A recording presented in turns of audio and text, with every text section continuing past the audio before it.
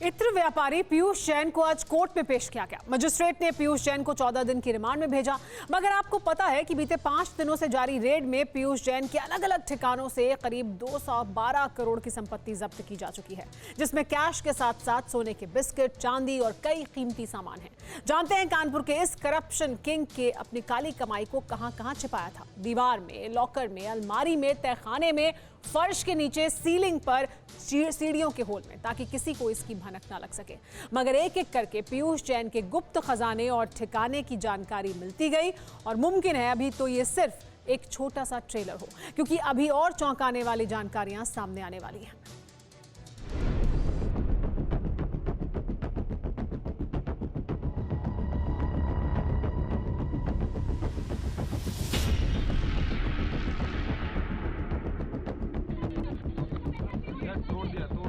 सुरक्षा बलों के बीच चेहरे पर मास्क और सिर पर टोपी लगाए जो शख्स दर्जनों मीडिया कर्मी और कैमरों से बचता बचाता आगे बढ़ता दिखाई दे रहा है, यही है कानपुर का black money king Piyush Jain.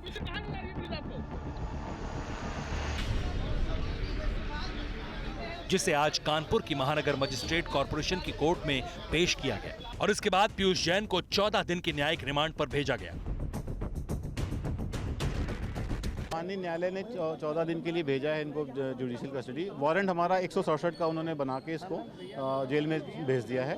और अगर भारत सरकार को ज़रूरत पड़ती है, इन्वेस्टिगेशन ऑफिसर को, SIO को ज़रूरत पड़ती है, तो वो PCR अप्लाई करता है। 14 दिन की पुलिस रिमांड पहले होती है, उसके बाद फिर आगे देखा जाएगा। अगर जरूरत होगी तो उनको PCR लेके दोबारा पूछताछ करी जाएगी। अभी इनको फिलहाल 32 दिन की रिमांड मांगी गई। 14 दिन की पहला न्यायिक जो है उनको रिमांड मांगी 14 दिन के लिए की। उनको अरेस्ट करके यहाँ से हम लोगों ने जेल में भेजवा दिया।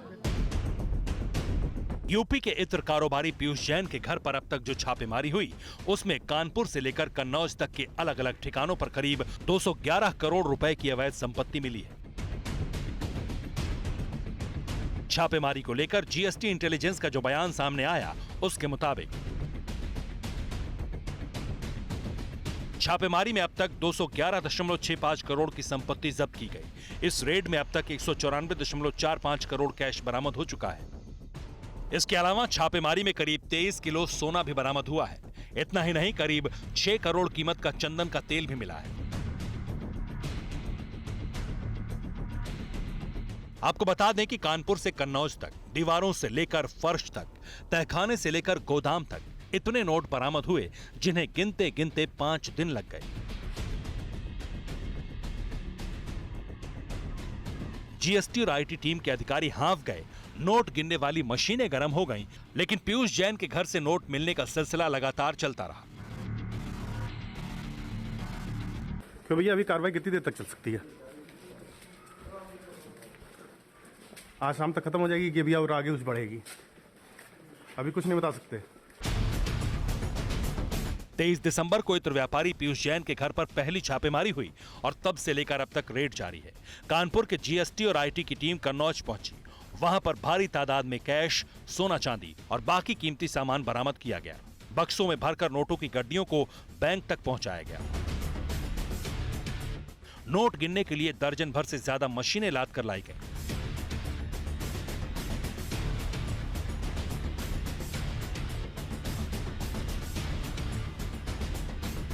हैरानी की बात यह है कि कानपुर के इस काले कुबेर ने अपने काले खजाने को ऐसी ऐसी जगहों पर छिपा कर रखा था जिसका अंदाजा भी आप नहीं लगा सकते। सूत्रों से मिली जानकारी के मुताबिक करप्शन किंग ने दीवार, लॉकर, अलमारी, तहखाना, फर्श, संदूक, सीलिंग और सीढ़ियों के होल में करोड़ों रुपए कैश और कीमती सामानों को छिपा रखा था ताकि किसी को इसकी भनक ना लगे।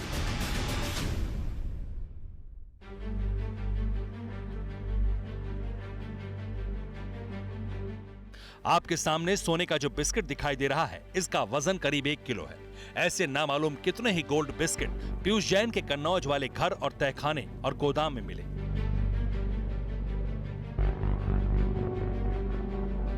इसके अलावा 9 ड्रमों में चंदन का तेल भी छापेमारी की टीम ने बरामद किया, जिसकी बाजार में कीमत करीब 6 करोड़ रुपए आंकी गई है।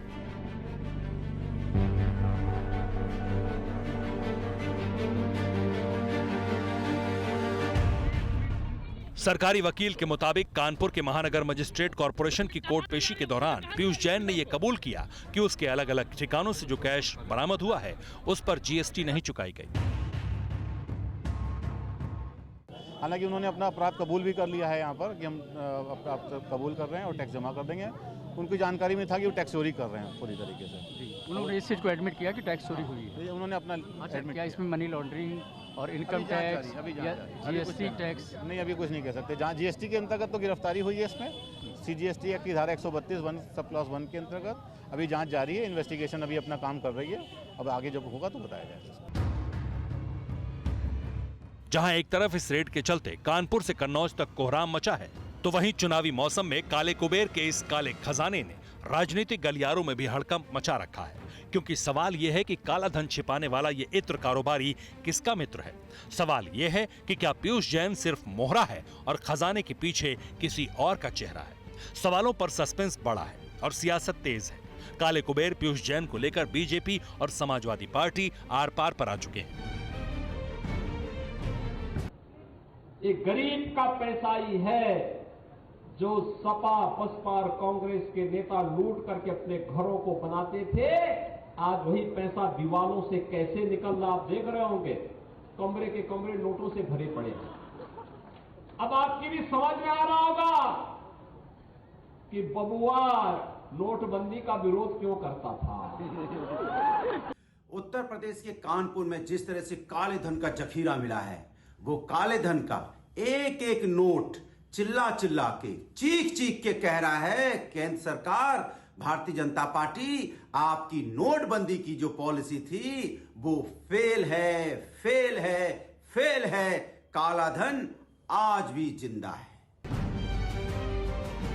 इन आरोपों प्रत्यारोपों के बीच काले कुबेर के काले धन की रियलिटी क्या है, उसका किससे कनेक्शन है, इस पर बहस छिड़ी हुई है। अब ये देखना होगा कि 14 दिन की रिमांड में पीयूष जैन कौन कौन से राज उगलता है। इतना पैसा कहां से आया, कैसे आया, किसका पैसा है, इसका किससे क्या कनेक्शन है, हर सवाल का जवाब पुलिस को तलाशना है।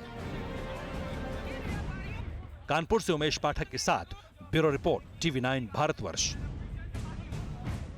परवाह देश की, सोमवार से शुक्रवार रात 10 बजे TV9 भारतवर्ष पर।